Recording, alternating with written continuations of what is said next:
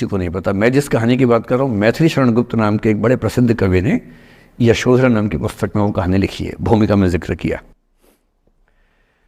बुद्ध बचपन से ही थोड़े से वैरागी किस्म के व्यक्ति थे। उनकी कुंडली देख के एक ज्योतिषी ने बताया भी था। माता पिता बहुत परेशान थे, शुद्धोदन उनके पिता का नाम था। माता पिता ने बहुत कोशिश की कि इस बच्चे का मन विरक्त न हो। अच्छा महल बनवाया, सारी सुविधाएं दी। जैसे ही बुद्ध थोड़े से किशोरावस्था में आए, उस समय की दुनिया की सबसे खूबसूरत महिला से, लड़की से, यशोधरा से उसकी शादी करवा दी। यशोधरा के पिता ने काफ़ी एग्ज़ाम लिए बुद्ध जी के, वो सारे एग्ज़ाम में पास हुए, तब जाके शादी हुई, ऐसे नहीं हुई। शादी हुई तो बुद्ध भी ठीक था, रमे रहे उस जीवन में। बेटा हुआ उनका राहुल। अब बुद्ध की विरक्ति का भाव बढ़ता जा रहा था। 29 साल की उम्र के आसपास ऐसा हुआ कि उन्होंने एक मृत व्यक्ति को देख लिया, एक बूढ़े को देखा, एक भिखारी को देखा, एक बीमार को देखा, विरक्त हो गए और उनका मन हुआ घर छोड़ दूं, ज्ञान की खोज में चला जाऊं। अब ज्ञान की खोज में जाएं, उनको पता है कि भाई मेरी पत्नी भी है, मेरा बेटा भी है, राज्य भी है, कैसे छोड़ दूं? छोड़ना जरूरी है। अंदर की आवाज है कि छोड़ो, तुम इस चीज के लिए नहीं बने हो, तुम्हारा स्वधर्म कुछ और है। बाहर की जिम्मेदारी है कि छोड़ नहीं सकते। मैं अनुमान करता हूं कि बुद्ध ने शायद अपने पिताजी से कहा हो कभी कि पिताजी मैं बहुत परेशान हूं, छोड़ना चाहता हूं। तो पिता ने समझा बुझा के मना किया होगा कि बेटा शोभा नहीं देता, ऐसा मत करो। हो सकता है पत्नी से भी बात की हो, पत्नी ने भी कहा हो कि ये क्या बात हुई, हम सबका जीवन तुम पे टिका है, बच्चा अभी बिस्तर से भी नहीं उतरा है, अभी तो चलना भी नहीं शुरू किया है, तुम ऐसी बात कर रहे हो। इसका जिक्र नहीं मिलता इतिहास में कि ये बात हुई कि नहीं, ये बात हुई कि नहीं हुई। और एक दिन बुद्ध ने तय किया और वो आधी रात को पत्नी और बेटे को सोता हुआ छोड़ के चले गए। इसको बौद्ध परंपरा में महाभिनिष्क्रमण कहते हैं, बुद्ध का अपने घर से निकल जाना। अब बुद्ध चले गए, लेकिन मैथिली शरण गुप्त यशोधरा के पर्सपेक्टिव से बुद्ध को देख रहे हैं। यशोधरा बहुत परेशान है, भाई पति चला गया है, बच्चे का पिता चला गया, मजाक थोड़ना है। राजा परेशान है कि उनका उत्तराधिकारी चला गया है। यशोधरा इतनी परेशान है, बहुत लंबे समय तक छंद आते रहते हैं कि वो कितनी बेचैन है, कितनी परेशान है। लेकिन यशोधरा की सबसे बड़ी परेशानी इस बात से नहीं कि बुद्ध चले गए, इस बात से है कि बिना बताए चले गए, भरोसा नहीं किया। और वो अपनी सहेली से कहती है, सिद्धि हेतु स्वामी गए, यह गौरव की बात। मुझे गर्व है कि मेरा पति इतने महान काम के लिए गया है। सिद्धि हेतु स्वामी गए, यह गौरव की बात, पर चोरी चोरी गए, यही बड़ा व्याघात। सखी सखी वो मुझसे कहकर जाते, कह तो क्या वो मुझको अपनी पथ बाधा ही पाते, क्या मैं रास्ता रोकती उनका? उसके मन में ये मलाल है कि बिना बताए चले गए। वो इस भाव को लेट गो नहीं कर पा रही है, परेशान है। फिर बुद्ध को ज्ञान मिला 6 साल की तपस्या के बाद, बोधगया में बोधि वृक्ष के नीचे ज्ञान मिला। बात फैल गई।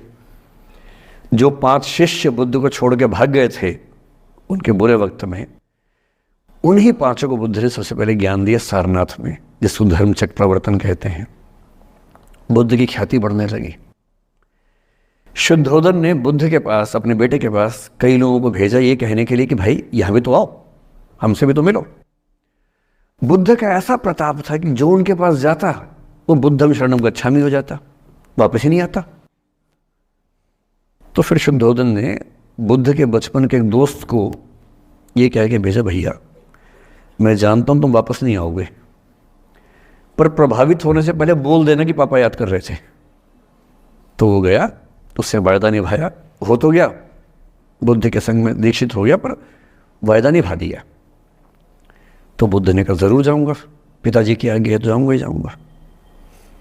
बुद्ध पहुंचे अपने कपिलवस्तु, जो अपना इलाका था, वहां पहुंचे।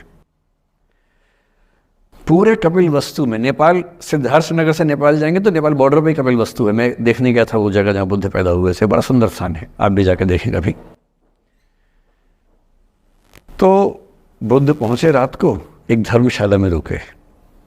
अब वहां हल्ला मच गया कि राजा का बेटा धर्मशाला में। बुद्ध ने कहा भाई मैं देखो राजा का बेटा बन के नहीं आया हूँ, मैं बुद्ध बन के आया हूँ। सुबह उठ के भिक्षा मांगने लग गए उस इलाके में, अपने ही पिता के राज्य में। पिता ने सिर पीट लिया कि भाई क्या कर रहे हैं। फिर बुद्ध ने सूचना भिजवाई कि मैं बुद्ध हूँ, बेटा हूँ संयोग से, ठीक है मैं आ रहा हूँ मिलने के लिए, पर मैं बुद्ध होके आया हूँ, मेरी चर्या है, नियम है, मैं भिक्षा से ही जीवन जीता हूँ अपना।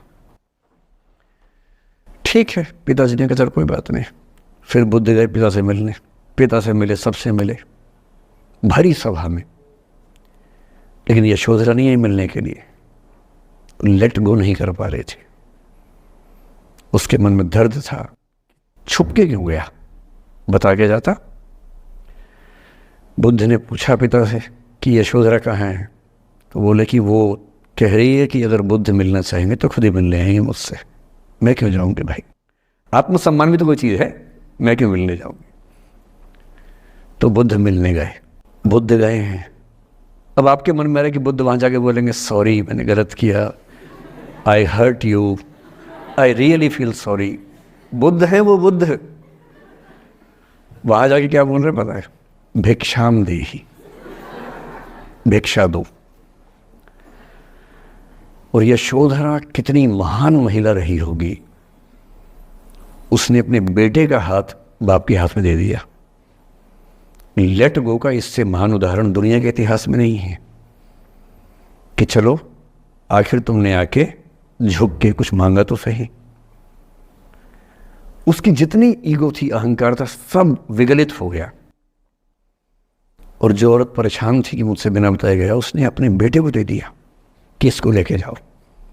और तुम महान काम कर रहे हो तो मैं क्यों बीच में आऊंगी भाई, मेरा पति महान काम कर रहा है तो मुझे खुशी होनी चाहिए, और तुम्हारी उस खुशी में मैं क्यों पीछे हटूं।